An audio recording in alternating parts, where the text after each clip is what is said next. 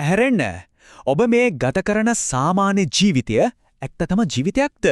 නැත්නම් වෙන කවුරු හරි අටවපු මහා උගුලක්ද? අද අපි මේ මූලාශ්‍රය ඇසුරෙන් කඩලා දාන්නේ කතුවරයා The Matrix Illusion. එහෙමත් නැත්නම් සම්ප්‍රදායික බොරුව විදිහට හඳුන්වපු ඒ මහා මුලාව. ඔබ හිතන්නේ ඔබ ආරක්ෂිතයි කියලා නේද? නෑ. ඔබ ඉන්නේ හිර වෙලා. පොඩි කාලේ ඉඳන්ම සමාජය අපේ ඔළුවට දාපු එකම විෂ බීජය මතකද? හොඳට ඉගෙන ගන්න, කැම්පස් යන්න, ඩිග්‍රියක් ගන්න, ඊට පස්සේ ආරක්ෂිත රස්සාවක් හොයාගන්න. විකාරයක්. මේ කතවරයා කෙලින්ම කියනවා මේක සාර්ථකත්වයේ මාවත නෙවෙයි කියලා. මේක තමයි ඔබේ මූල්‍ය නිදාස විනාශ කරන ලොකුම බාධාව. ඒ ආරක්ෂිතයි කියන රැකියාව තමයි ඔබේ නිදාසේ මිනිපෙට්ටිය. ඇත්ත තිත්තයි. ඒත් අහගන්න. ඒ ඩිග්‍රිය ගත්ත ලක්ෂ ගාණක් අද කොහෙද ඉන්නේ? මාසේ පඩියට හිර වෙලා. ක්‍රෙඩිට් කාඩ් ණයවලට යට වෙලා ඊළඟ පඩිය යනකන් දින ගණන් කරනවා.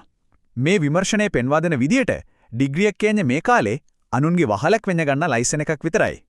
ඉස්කෝලේදීවත් කැම්පස් එකේදීවත් කවදාවත් ඔබට සල්ලි හොයන හැටි ඉගෙනුවාද? නැහැ.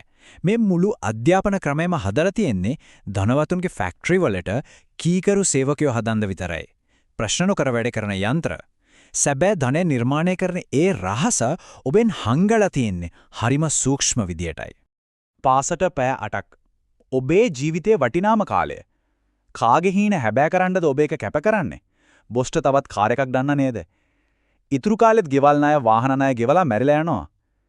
මේ මූලාශ්‍රය මේක දකින්නේ නූතන වහල්කමක් විදිහට. දම්වලකින් බැඳලා නැති වුණාට ඔබත් මේ ආර්ථික ක්‍රමයක සිරකරුවෙක්. දත්ත දිහා බලන්න. ලෝකෙ ඉන්න සැබෑ ධනවතුන් 101 මේ සම්ප්‍රදායික උගුලේ අහුවෙන්නේ නැහැ. අනිත් 99ම පඩියටයි ණයටයි හිර වෙලා Tamanගේ කාලේ විකුණනවා. අර 101 ඔබේ කාලේ සල්ලි වලට අරන් තවත් පොහොසත් වෙනවා. ඔබ තාමතර 99ට වෙලා නිදාගෙනද ඉන්නේ? එහෙනම් මේ දිනන මිනිස්සු කරන්නේ මොකද්ද? එයාලා මේ මැට්‍රික්ස් එකෙන් මේ සම්ප්‍රදායික බොරුවෙන් සම්පූර්ණයෙන්ම එළියට පනිනවා. සල්ලි පස්සේ දුවන එක නවත්තලා සල්ලි Taman වෙනුවෙන් වැඩ කරන සිස්ටම් එකක් හදනවා. Tamanගේම අධිරාජ්‍යයක් ගොඩනගනවා. සමාජ රාමුවෙන් පිට පැනලා අවදානමක් ගන්න බෑ කියන්නේ ඔබට කවදාවත් සැබෑ නිදහසක් නෑ කියන එකයි.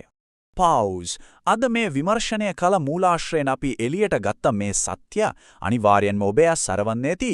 අධ්‍යාපනයේ ලබලා රස්සාවකට ගිහින් ණය ගෙවලා මෙරිලා යන මේ මුළු ජීවිතේම වෙන කවුරු හරි පොහොසත් කරන්න අටවපු පද්ධතියක් විතරයි නේද කියලා දැන් තේරෙනවා ඇති.